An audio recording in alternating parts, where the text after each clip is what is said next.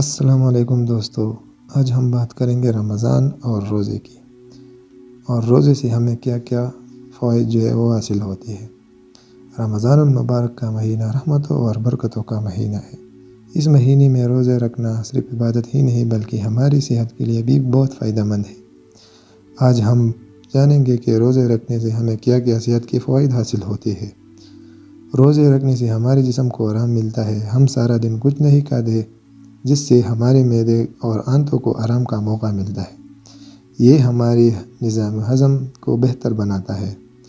روزہ رکھنے سے ہمارے جسم میں موجود زہریلی مادے باہر نکل جاتے ہیں۔ جب ہم کھانا نہیں کھاتے تو ہمارا جسم اپنی توانائی کے لیے چربی کو استعمال کرتا ہے۔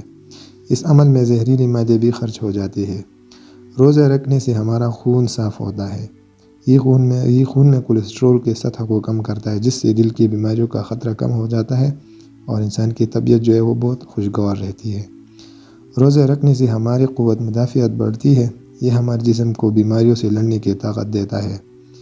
روزہ رکھنے سے ہماری وزن کم ہوتا ہے۔ اگر ہم سحری اور افطاری میں متوازن غذا کھائیں تو ہم اپنے وزن کو کنٹرول کر سکتے ہیں۔ رمضان میں سحری اور افطاری کا خاص خیال رکھنا چاہیے۔ سحری میں ایسی غذائیں کھائیں جو دیر تک توانائی فراہم کرے، مثلاً دلیاں، انڈے اور پھل۔ افطاری میں زیادہ تلی ہوئی چیزیں نہ کھائیں، صرف پھل کھائیں، کھجور کھائیں اور پانی پینا جو ہے بہت ضروری ہے جسم کے لیے۔ رمضان میں ایک نفلی عبادت سے ہمیں بھی ہماری صحت کو فائدہ ہوتا ہے۔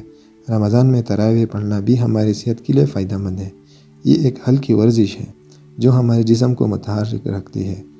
رمضان ہمیں صبر اور ضبط سکھاتا ہے۔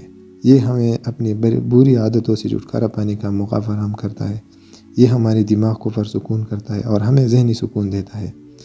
دوستو، رمضان صرف عبادت کا مہینہ ہی نہیں بلکہ ہماری صحت کے لیے بھی بہت فائدہ مند ہے۔ اس مہینے میں ہمیں اپنی صحت کا خاص خیال جو ہے رکھنا چاہیے۔